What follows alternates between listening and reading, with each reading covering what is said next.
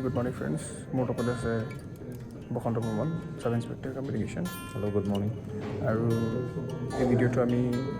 just অলপ সময় পালোঁ এইটো কাৰণে শ্বুট কৰিলোঁ ক্লাছৰুমতে আছোঁ এতিয়া তো যিহেতুকে আমাৰ ৰিচেণ্টলি APSc বা APSৰ ৰিজাল্ট যিহেতুকে দিলে আৰু সম্ভৱ আমি যিমানখিনি ইনফৰ্মেশ্যন পাইছোঁ বা যিমানখিনি নিউজ বা আইডিয়া যিমানখিনি পোৱা গৈছে তো যিমানখিনি APS থাকিব সেইখিনি ট্ৰেইনিং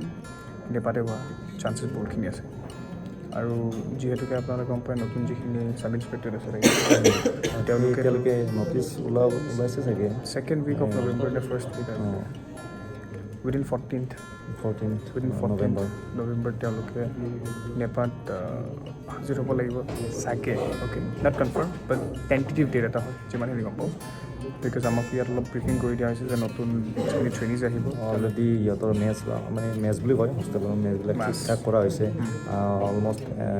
এলটৰ লিষ্টবিলাক প্ৰিপেয়াৰ কৰা হৈছে লিষ্ট এলটমেণ্ট হৈ গৈছে আৰু যিহেতুকে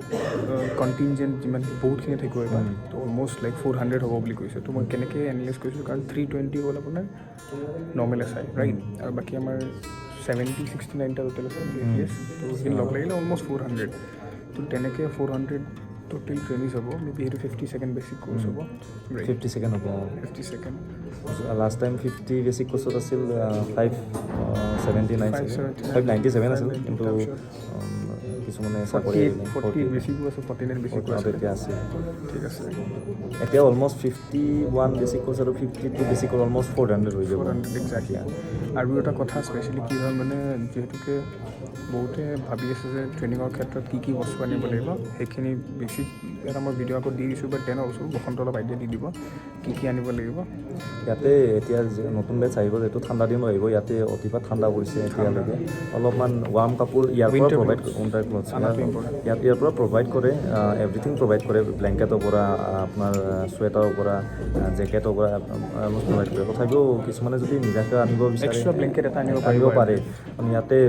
এটা প্ৰভাইড কৰে চবৰ কাৰণে আৰু এক্সট্ৰাকৈ কিছুমানক ৰিকুৱেষ্ট কৰিলে প্ৰভাইড কৰে তথাপিও নিজাকৈ যদি আনিলে কমফৰ্টেবল হ'ব আৰু সেইটো এক্সেক্টলি আৰু ইয়াতে বস্তু ষ্ট'ৰ কৰাৰ কেপাচিটি বহুত আছে ইয়াতে গতিকে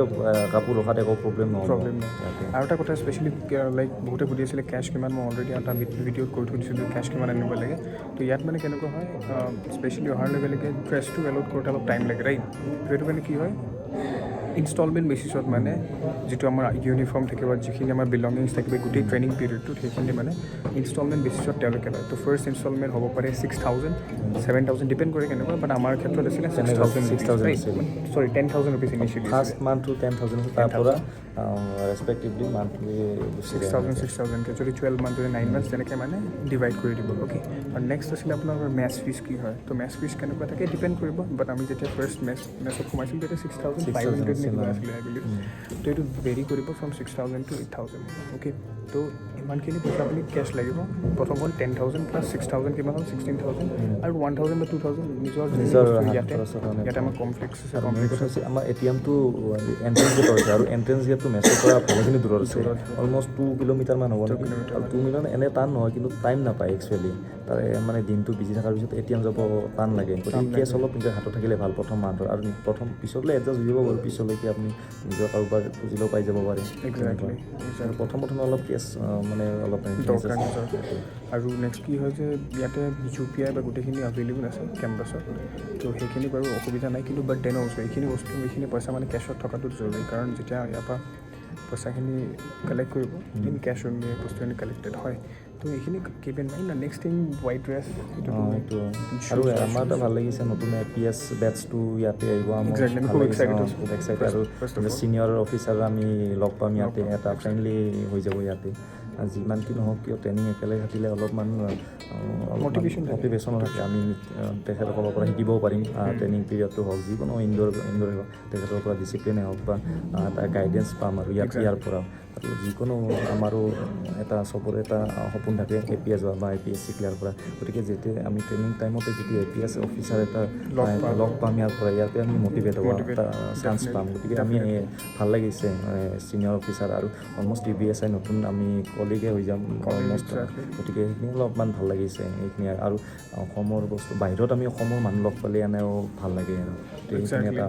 ভাল বণ্ডিং এটা হ'ব বুলি আমি আশা কৰিছোঁ তো আল্টিমেটলি নেক্সট বস্তুটো কি হয় আমি হাৰ্টিয়েষ্ট যিটো কংগ্ৰেচুলেশ্যনছ থাকে ন to the new recruited APS batch also' all the best থাকিব আৰু ইয়াত অহাৰ লগে লগে কিবা যদি হেল্প থাকে কিবা যদি জানিবলৈ থাকে ডেফিনেটলি আমি আছোঁ we will help in any form of যদি কিবা বুজিব লাগে বা কিবা থাকে ইয়াত ষ্ট্ৰাকচাৰটো কেনেকুৱা চলিব লাগিব যদি কিবা এতিয়া থাকে ইয়াতে আৰু ইয়াতে অলৰেডি অৰুণাচল নাগালেণ্ড ত্ৰিপুৰা ইয়াতে DYSP বেটছ এটা ট্ৰেইনিং কৰিছে আমাৰ লগত 51 বেছিক কৰ্চ আমি ASM লগতে আছোঁ তেখেতসকলৰ চব দিশতে মানে এক্সপাৰ্ট মানে যিটো কয় চব মানে চবতে নলেজ আছে যিকোনো হ'লে এক্টিভিটি হওক যিকোনো লিটাৰেচি এক্টিভিটি হওক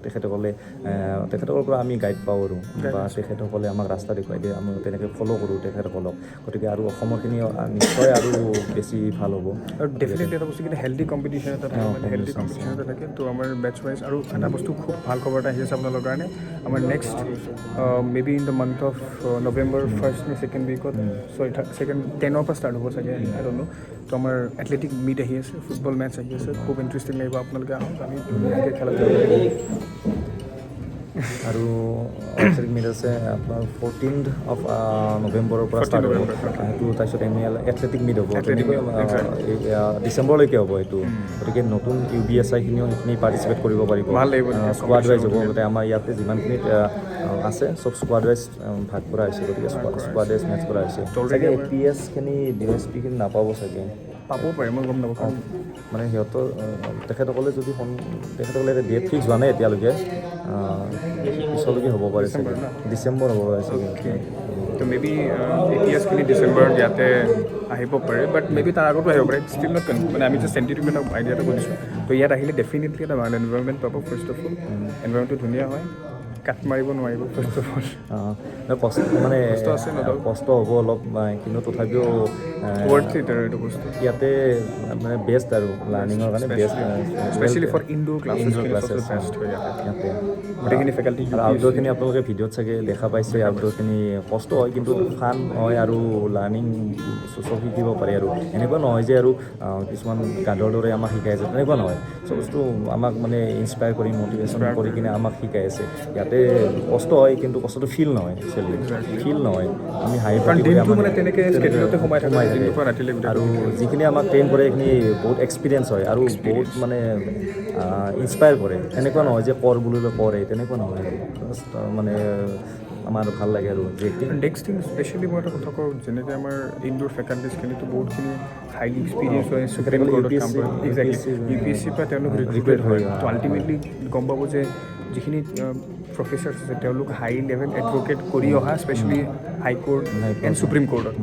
তো গোটেইখিনি নলেজ আছে regarding law and how to apply it and how to understand and how to handle situation nicely okay তো ঠিক আছে এই ভিডিঅ'টো আমি এইখিনিতে শেষ কৰিম অলৰেডি বহুতখিনি লম্বা হৈ গৈছে 8 মিনিট আগতে DYSPখিনি দেৰগাঁৱতে হৈছিল দেৰগাঁৱত হৈছিল আগৰ বেটছটো কিন্তু ইয়াতে হৈছিলে লাষ্ট ইয়েৰ হৈছিলে এতিয়া তেওঁলোকে কি ভালেই হ'ব এতিয়া নেপাত আহি পিনে ঠিক আছে তো থেংকছ ফৰ ৱাচিং আছ আৰু তেখেতসকলক লগ পাম বুলি আশা কৰিছোঁ ভালেই হ'ব আমাৰো ভাল লাগি আছে কাৰণ আমি অকলে এটা বেটছ অসমৰ আছোঁ তো অলৰেডি যদি বেছিকৈ আহি যায় আমাৰো ভাল লাগিব আকৌ ন এইটো ইম্পৰ্টেণ্ট তো ডেফিনেটলি ৱেলকাম থাকিলে নেপা কেম্পাছলৈ আৰু all the best and thank you so' much